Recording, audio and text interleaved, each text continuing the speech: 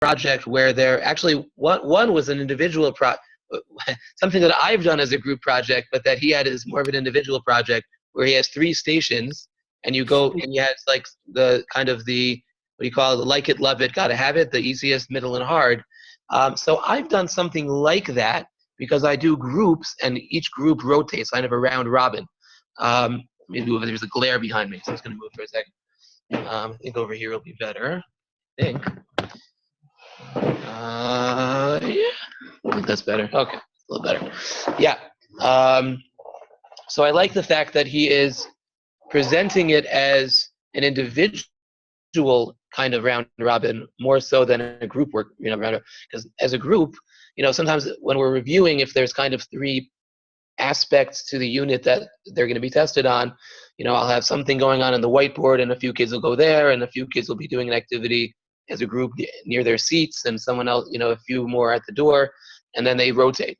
But this was different because this was not all the same level. Here you're choosing, do you want this level or this level or this level?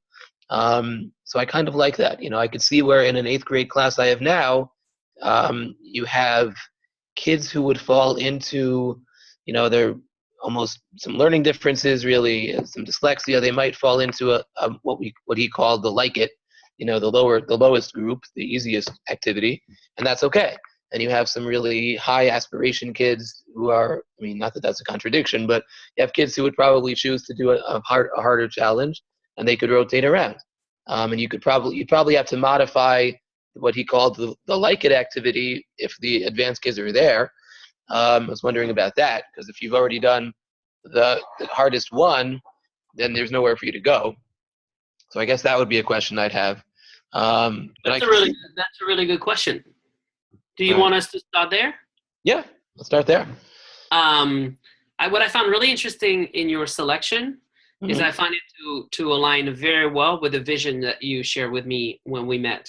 And it stayed with me, this idea of how you want your students to transition from student to learners. Right. And so what I understood of your vision is this idea of advocacy and students be able to be more in charge, owning more their learning path, right? Yeah. And so when I look at your pin board, and I share the screen with you, can you see it? Yeah, I see it. And you pin 2 ideas that fit really well with this vision. Like it, love it, gotta have it. Is a grouping where students choose at what level they want to start this work, and they advocate for a certain level of support or a certain level of challenge, depending where we go. So the main difference with the round robin idea, which is already a great idea, and that in the world of blended learning people call station rotation, the main difference is you don't necessarily rotate through all the stations. Right. Because the stations or the group match a certain level of challenge of the work. Yeah. Now, in the way Aaron does it in the video, and you don't have to. I saw that. I saw the video. Well, in the way he does it in the video, and you don't have to do it exactly the same. Student can also vote with their feet whenever they feel ready to actually move up a step, or if I'm thinking about what's the name of that story with a girl who tastes the soup and it's too hot and too cold. Goldilocks. Goldilocks, right. Or they could also decide that, I'm sitting at this table and that actually is a lot harder. I don't think I am where I think I am. Let me revisit and practice a little bit more here until I can get there. Right. So I think I'm trying to answer your question there around rotation. There's not necessarily rotation there. There's like movement. Yeah. Based on you progressing on the continuum. Yeah. Which means that if you're starting higher, most of the time what needs to happen is that we're creating a level up over what we usually would have done in class. And that by itself is usually very interesting for a lot of your kids, right? Right. Do you know Heather from your school? Sure. McClellan, yeah. Heather built a very similar system last year for blended learning in her classroom. She had like these different paths. I think she had 3 or 4. So she would start teaching the class. She would have a warm-up, a mini lesson. I think she would either have them self-assess or she would assess them with a tool briefly. And she would use that data to have them choose a path. And then she would be gravitating more around like the like it group and the love it group. And then part of the work she did a lot last year is figure out what can I give to my Got a Habit group? Yeah. What could be some meaningful things that could do? So, Right. but she was really happy with what she saw, and we saw a lot of growth there. So it's totally possible. Mm-hmm. Totally possible. Yeah. Now, briefly, you pinned also Genius Hour. Right. And I think that's also a very interesting idea, going still with advocacy and agency, but more in the direction of creativity, right? Mm-hmm. Right. And so that could also be a really good one for us to have in mind for this year. Yeah. We have a teacher doing that this year. Yeah. And there's a teacher doing that, actually a Hebrew teacher. There's a Hebrew language teacher, who's doing that. So she has them. So what she's doing is one period a week, they have to obviously use Hebrew language to research whatever they want and then present in Hebrew on their topic of their choice. So it's almost like a regular research project, but in Hebrew. So they're researching if they love baseball or the World Series, so they're going to do research and present in Hebrew language on the topic they chose, which is really cool. Yeah, I agree. And I've had several teachers that built Genius Hours processes last year, have some doing it this year, and it's always a lot of fun, and it always improves dramatically the level of investment and relationship of students in the class. So it could be a really good one. So as always, Leib, you will learn about me. I have absolutely no agenda. The only agenda I have is yours. Right? But when I say this, I don't want you to think that it's from a place of complacency. No. It's from a place of growth, but it's supporting your the vision for growth, the thing that feels the most interesting and excited to test in your classroom, the thing that is going to feel less like an added thing, but really like something that could actually impact student achievement and student growth kind of naturally. Right. So which one would you like to start working on, and maybe we can use the month of October to plan it? Let me see. So we had those, and then we had excuse me. And then we had, what is this over here? Expectations. Oh, we could also look at more things if you want than the two ideas that you pinned. Yeah. We had those two, and then what was the third one I pinned? Remind me. That was also group work. You pinned station expectations. Expectations. Remind me. That's groups. I think it's this one is more seems to be more similar to station rotation, right? Well, it's similar, but they're actually creating it's spending not just one day probably, but it's spending like kind of a week, or I'll say a week, maybe 2 weeks at a station, we're creating something together. I've done that. Yeah, that's good. When I've taught Chumash in 6th grade Bible, we usually end the second half of the year. We stop every now and then and add to our year-long project, and then they present it. So one group is presenting all year's learning in a portfolio, and one is making a game, and one is doing a scrapbook, that kind of thing, a play, dramatic stuff. So that's fine. But I liked some of what he had to say about it. But no, that's a little later in the year. I think maybe to do the the first thing we were talking about. Gotta have it. Gotta have it. Yeah. Yeah. So let's try to build this together. Okay. Yeah.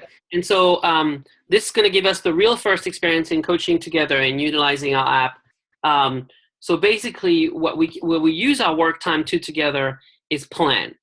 And I was working with Maxwell yesterday from your school, because I'm a firm believer that the biggest luxury you can give a teacher is a space and time during which you can plan and have a thought partner to help you organize your thoughts, and then have an accountability partner to help you gradually implement them. Right. And so I would be really interested in getting started with this today. So this is what I'm going to do. I'm going to go here. I want to show you how that process works. Right. I'm going to go to the strategy. The first thing I'm going to do is make sure the challenge is added to your growth map, but it's already there. So I don't have to worry about that. So I'm going to go back one step. And what I'm going to do with make appropriate learning choice in your growth map, I'm actually going to activate the challenge. When we activate the challenge, that means we're starting to work and experiment with ideas inside of it. So if I go back to your homepage, you're going to see a new feature now, which is a playlist. Mm-hmm. So it's a playlist of teaching ideas that are on deck for you. And so the first one we're going to bring up is Like It, Love It, Gotta Have It.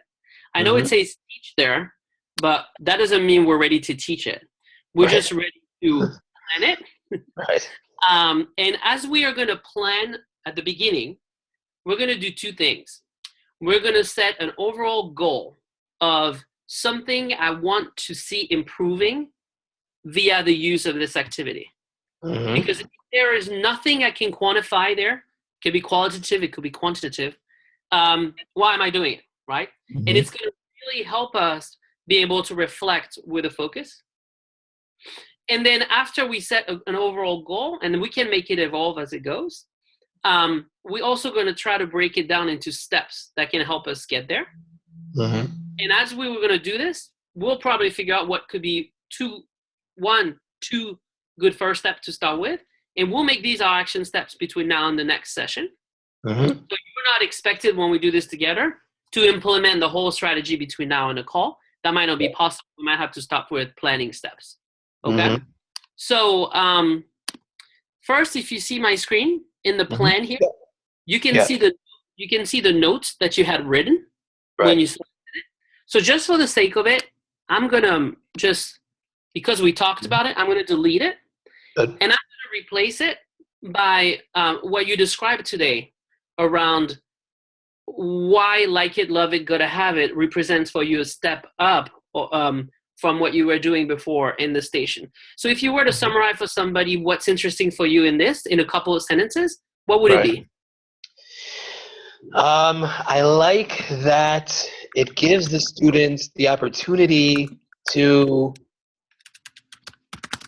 think about their level of learning, make choices, but also to think reflectively about how they learn and what level they're up to, or what choice they want to make, instead of being told, this is the level you're on. You know, you are a modified kid, here's your modified worksheet. It gives them a chance to figure out for themselves and hopefully aspire to maybe get to a higher level, but also to be honest about what level they're on and be helped where they are. It's almost like self-modification, it's like we talk about modified lessons, but it's like modified by them, self-modification, on their part. I think it's kind of exciting. It takes the onus. Yeah, I have a kid in particular in 8th grade this year who I've been modifying for. He's really pretty severely dyslexic. So I've been giving him different worksheets, but, he gets embarrassed about that. I mean, it's what he needs, and I try and do it privately, quietly. Now you have another kid in the class who's been making comments about it and holding them up and saying, why don't I get this worksheet? Really not very nice. Not, obviously that's behavioral issue too, but that's, when I guess if they were to self-modify, you don't really have that. Yeah, so I really like your description. I think you're right on. And so at the center of what you're describing in this idea of being able to self-assess at one point where I am and self-modify, depending related to this assessment to determine what's the appropriate level of support or challenge that I need to have for a while. I think one thing that's going to be really interesting as we build it, Leib, is by experience, I ran a system like that in my classroom, and I've supported teachers trying to implement it. It's a cultural shift. So as we're going to plan for the implementation of this, we're also going to plan for the cultural shift. Right. Can you anticipate already what could be some cultural roadblocks for some students in a system like that? Yeah, I mean, as much as you're self-assessing, there's also an admission that you're not on the higher level. There could be a sense that, embarrassment or self-defeatism, or someone who could have been on a higher level says, oh, why should I bother? I'll just go to this lower level and get the same credit. So why should I push there are some kids who will push themselves. But what do you do about a kid who perfectly well could do a middle or higher group and says, why should I do that? This is clearly the lower group. I'm just going to do that. So there's that. Or the opposite, a kid who puts himself in the higher group but really isn't quite there yet and ends up kind of, not doing a job, not slowing kids down who are at that level or not doing a good job. So I think there could be limits to self-assessment. How do you make someone proud to be at a lower level?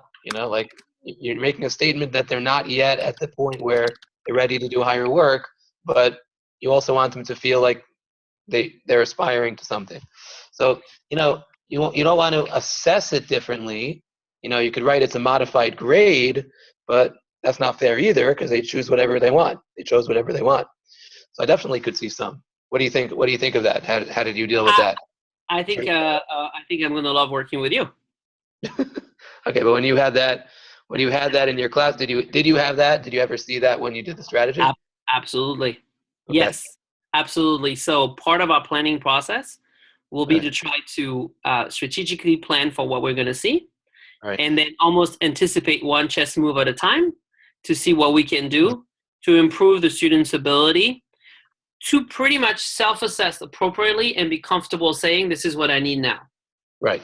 And so that is kind of like, that is part of what we're going to have to plan, right?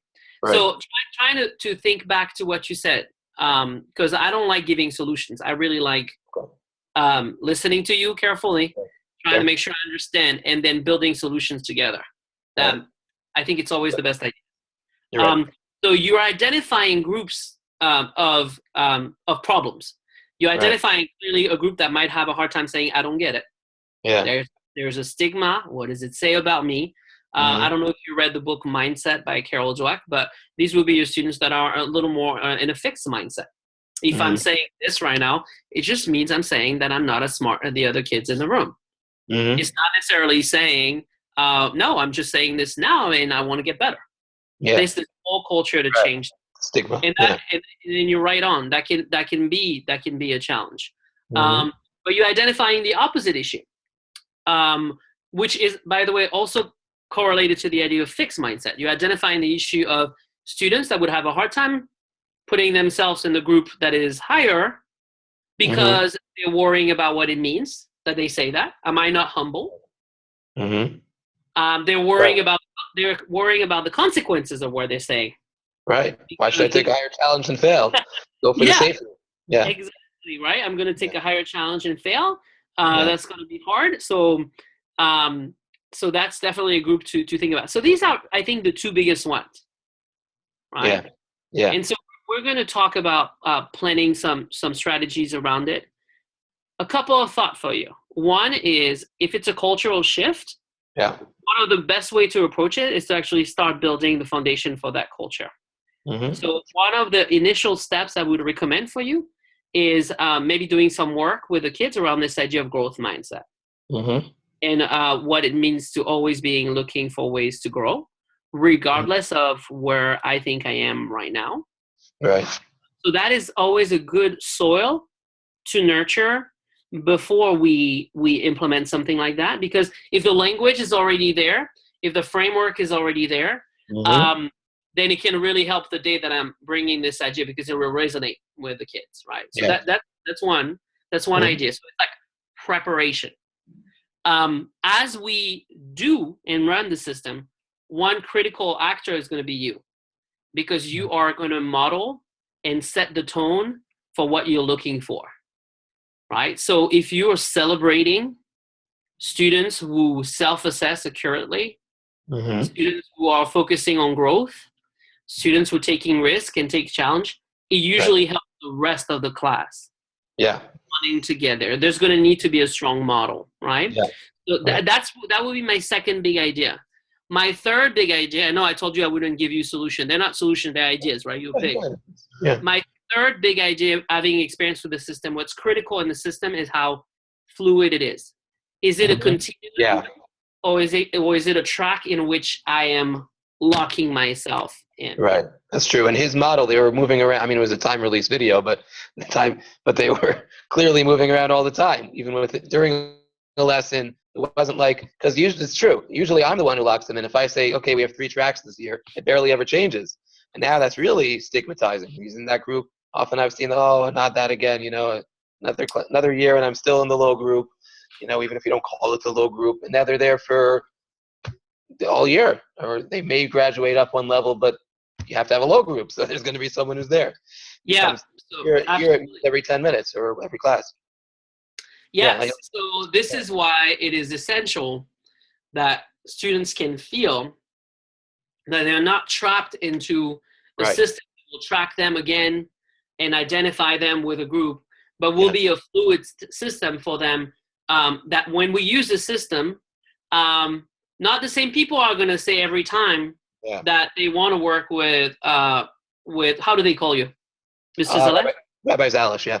With Rabbi Zalesh. Today I'm actually pretty good. I wanna try it on my own today, right? You know, and or I might start with him today, but then at one point I'll be like, you know what? I think I get it. Let me give it a chance to try in station number 2, right? Okay. So the fluidity of the system is also going to play a big role, right? Yeah. And so I think thinking about that really helps. Before we go into figuring out what our first steps could be, let's plan backward. I know the word metric can be really heavy, but what are certain things that you're hoping students would be able to do better or to achieve in a system like this one? What would be some indicators of success for you? Right.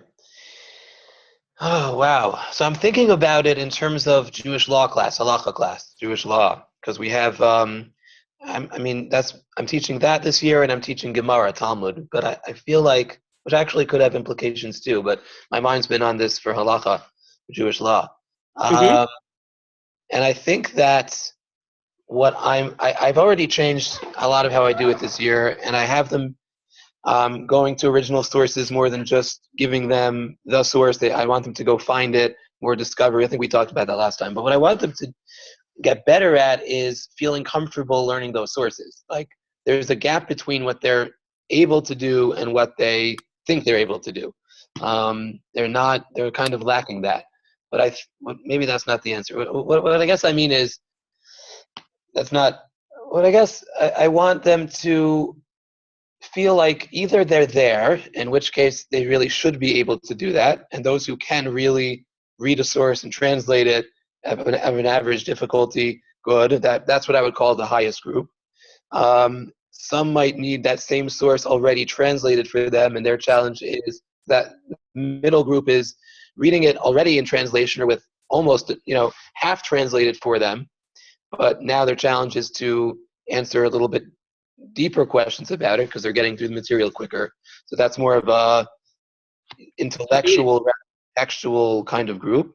And there might be a group that's given an English language book with no Hebrew whatsoever, not even seeing any Hebrew, just reading an English language book, to begin with, a totally different text, and again, applying it, and then maybe they apply it to a case of their own. So those could be. You're doing a fantastic job, and we're going to actually summarize what you said, because you went from the metric to actually almost the system already. I don't want to lose that thought, right? But if I understood you correctly, ultimately the metric would be if they're able to pick the right level for them in terms of like Hebrew language to be able to access the ideas of the material. I should see an impact on their ability to understand and analyze the material because of the choices they're making, right? Correct. So it sounds like what would be really smart to do ultimately when we're ready is to actually assess that students are able to understand and analyze a text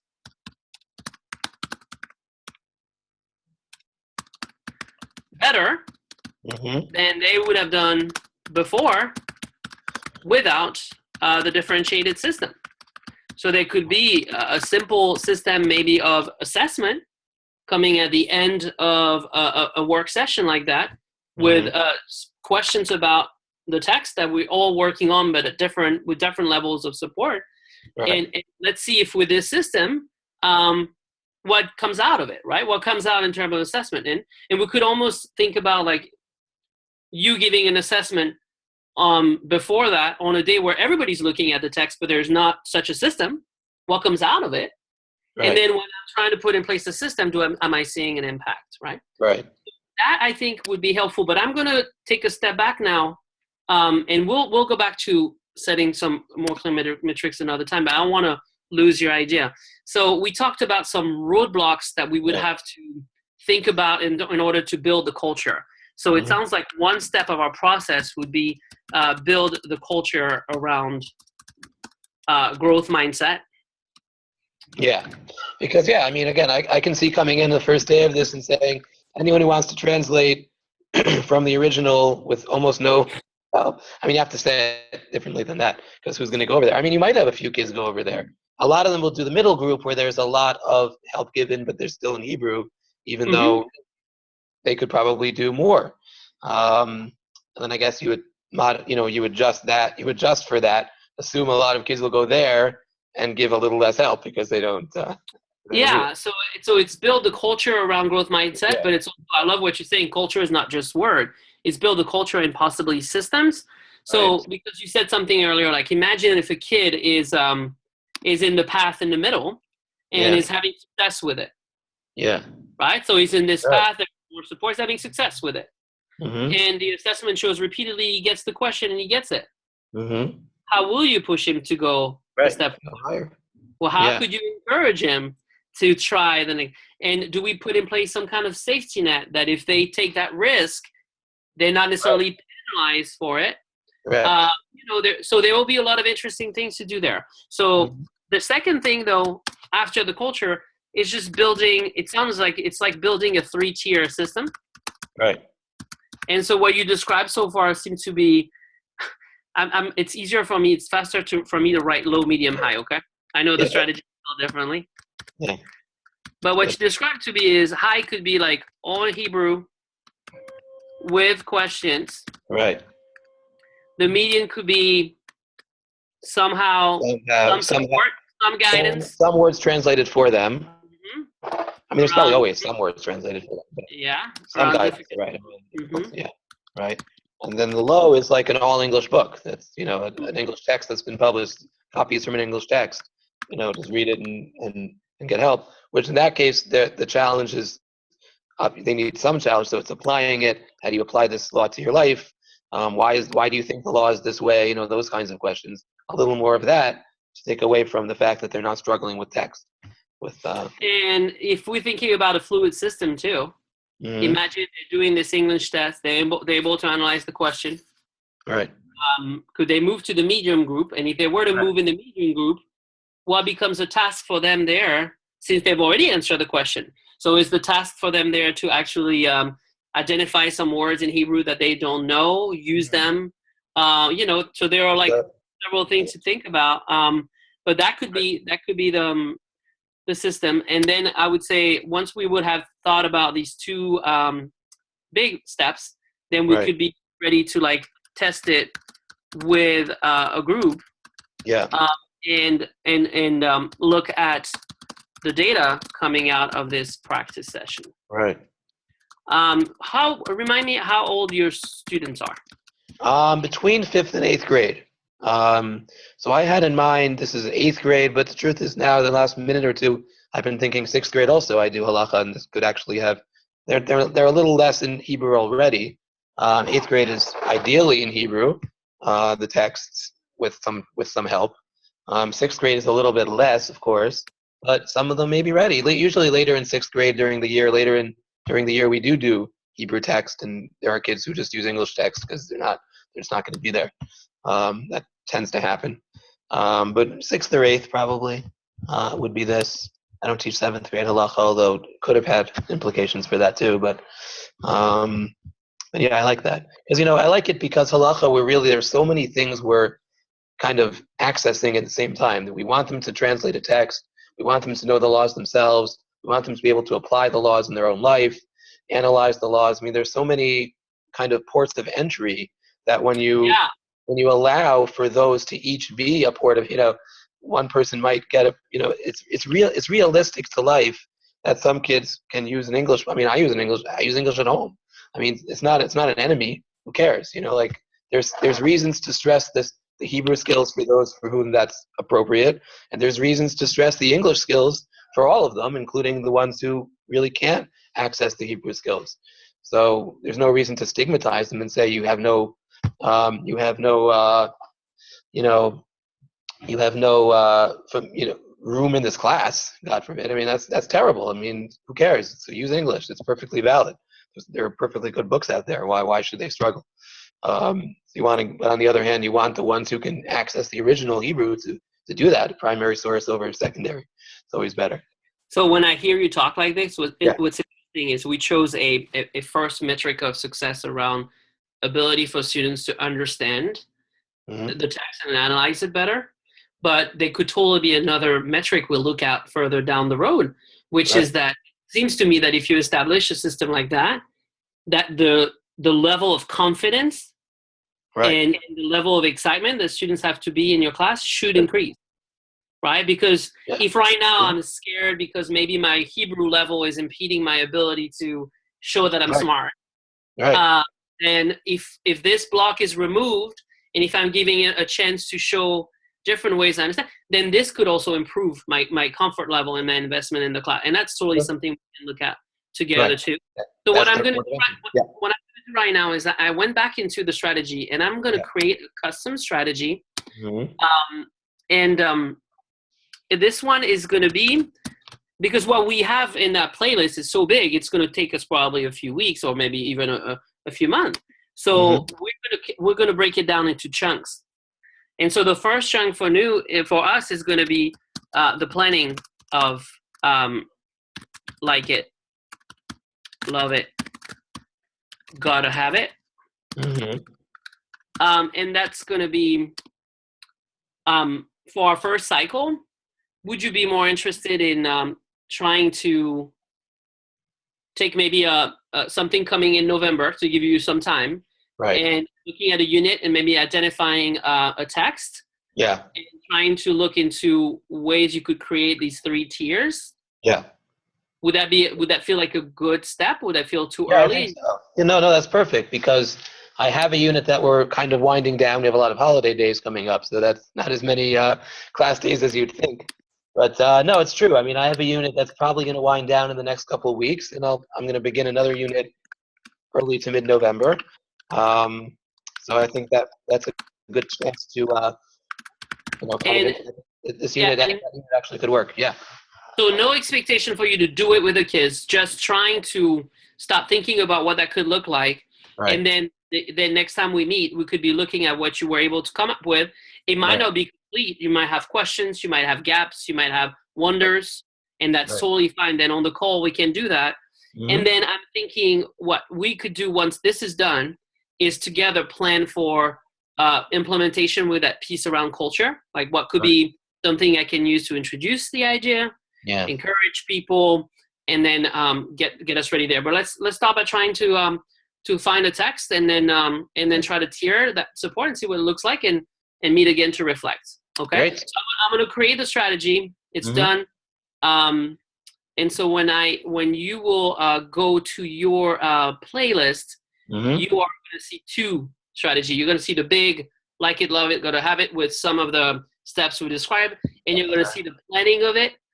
In the planning of it, if you have it in you between now and next time to upload wherever you get to, so we can have it for the next session, please go ahead and do so.